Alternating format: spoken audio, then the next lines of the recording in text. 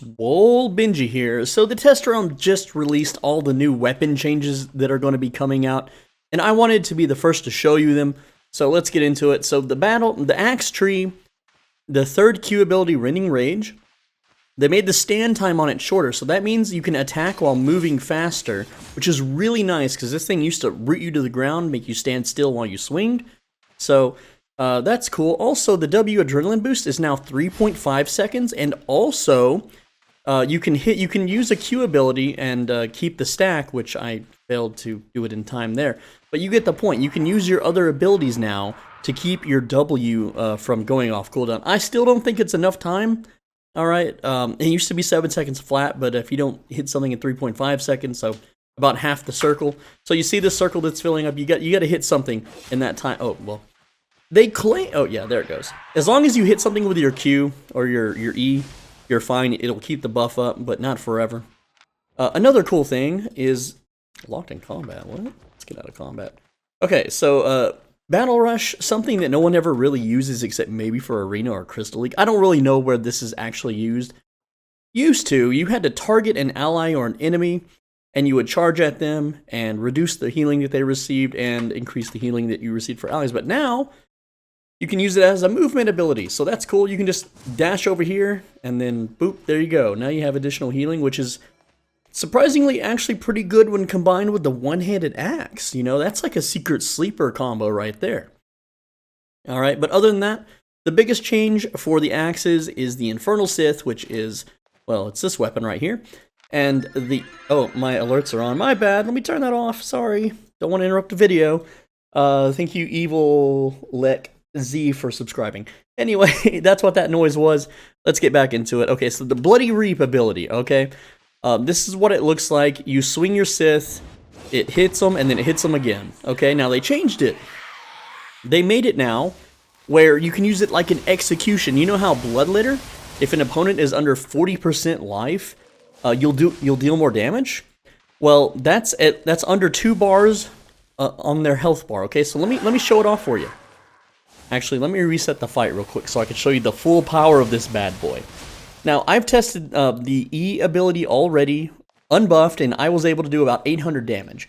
And I'm using these sarcophaguses because they emulate about a geared player's amount of health and armor. The average player, 1,200 IP, this is what you'll be fighting, and this is the best target dummy to simulate PvP combat, alright? But let me also get that on my hotbar, just to simulate, because if you're going to execute someone, they're going to be running away. You're going to want 2 chase abilities to get near them, and then press E, and they will absolutely die. So check this out. And I am wearing cloth. So we're going to get their health down just a little bit.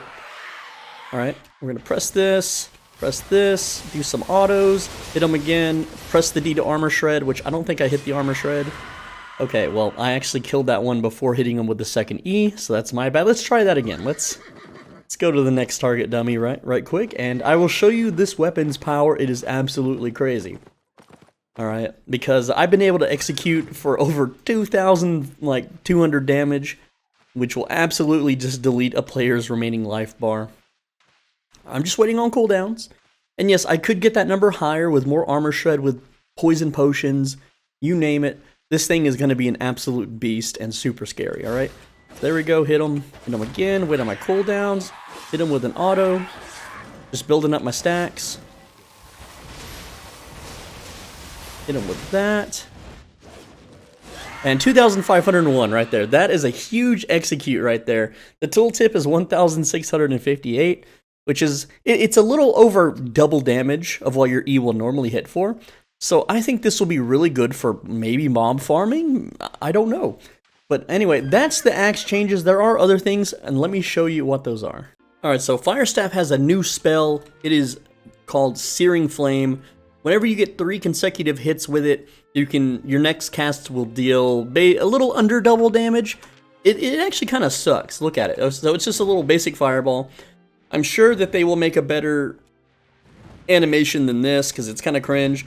There is a cooldown on it, so the DPS is actually lower than your first W. The reason people will be using this is for ZVZ, so they can fire from the back line just into like a cluster of people.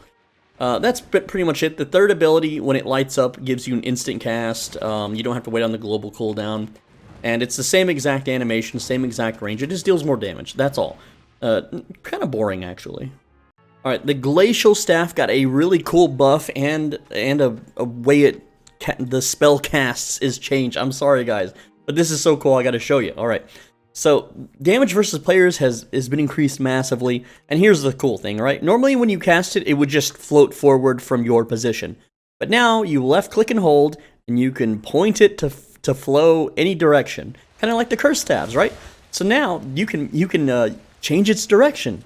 And if you have quick casting on like I do, you just press E, and then you drag your mouse and let go of E. So I'm gonna like point it here, press E, drag my mouse to the right, let go of E, and it will shoot the AoE that direction. This thing is absolutely beastly, of course in 8.3 with maximal spec, which is what you would use in a Yellow Zone ZVZ anyway. This thing is gonna be crazy in ZVZ. I can't wait to like blob up and try this weapon out. I don't have any spec in it on live, but I just might spec it up because it's pretty cool. Look at that. Like you're gonna force players to run away from this. This is just huge damage right here. And you can cast it and you can just run away. You can cast it, mount up, and you know, just like troll people, right? It's a really cool weapon, really cool. Alright, so some sword changes, which are really cool. This is a huge buff to swords, but heroic charges now increase your move speed by 12% instead of 9%. So that's pretty big. That is a huge movement speed increase, alright? Clearant Blade got a new ability called Crescent Slash, so check it out. It's a ranged attack now, and this is a placeholder graphic. It's not the finalized graphic, but you just shoot a beam and it hits mobs. But there's another aspect to it, right? Let me just run away from these stags. Alright, so whenever you have heroic charges, instead of doing more damage, you can either slow them by 20%, you can silence them, or you can apply a bleed, which the bleed isn't really that strong. I would say 2 charges is where you want to be, or if they're running away, 1 charge. But another cool thing is Hamstring. They changed it up to give a second attack. So let me show you. You need at least 1 heroic charge to do it. So as long as you have 1 heroic charge, you press W, that's going to hit one of them. Then you have this AoE jumping attack, which will slow all the mobs that you land on. And you can see that swords they're becoming like a speed clear weapon, you know? So, you know, hit this, run over here, hit these 2. You can just AoE to your heart's content. Now, it can be argued that the old E was better, which I kind of like the old E on Clearant Blade. But there are some other sword changes too. So, dual swords, they lower the cooldown by their E spell by 5 seconds, which is pretty dang huge. That's actually a really big DPS increase in the long run. Now, they did make the range slightly shorter, but the AoE circle is slightly bigger. So, and it's just a really fast ability that doesn't stop your movement. So, you can just keep moving. Like, if you're speed clearing a dungeon, you have your Spectre Jacket equipped, you know, you're burning mobs, you're jumping around, you're using your heroic charges for increased move speed. It's just really good all around for speed clearing dungeons. It's not the best. I have thoroughly tested it to see if it's better than crossbows, and it is sadly not, but it's up there now. It's actually pretty darn good. And then finally, the E on Kingmaker, they increased your main attacks, like the damage hitbox is a lot bigger now. So let me show you, right? Like, we'll just hit this thing. The boom right there, that thing, that line, not the circle, but the line is thicker. It's a little bit wider, so you can hit your targets a little bit easier. And Kingmaker is just so cool. It deals so much damage. It's just, these are some really nice sword changes. Now, there were other changes. You have to go to the forums to figure them out, but these are all the ones that interest me. Like, there's a few other things, like the shoes. The Royal March shoes are a little bit faster, but who cares? They still suck. They're taking away energy drain from Royal Armor, just stuff like that.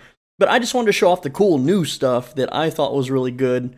They buffed Chain Slash on daggers a bit. Also, daggers have a forbidden stab that can interrupt spell casting and give healing debuff, so you can counter all the healers in corrupted dungeons. Whatever. I'm SwoleBenji. Thanks for watching. As always, be a bro, stay swole. Make sure you return your shopping carts. Leave a like and a comment. Do both. If you do both, it is an algorithm combo. It is a YouTube cheat code. It really helps out. Also, 72% of you aren't subscribed. I don't know why. Just click subscribe. It's really easy. It takes one click. You can always unsubscribe later if you feel like it. It's completely free. It really helps out. I know that you see my videos in your feed. Just click subscribe because sometimes the algorithm just bugs out and you're going to miss something you don't want to miss. So hit that subscribe button. I appreciate it, lads. I will see you in the next one. Take care.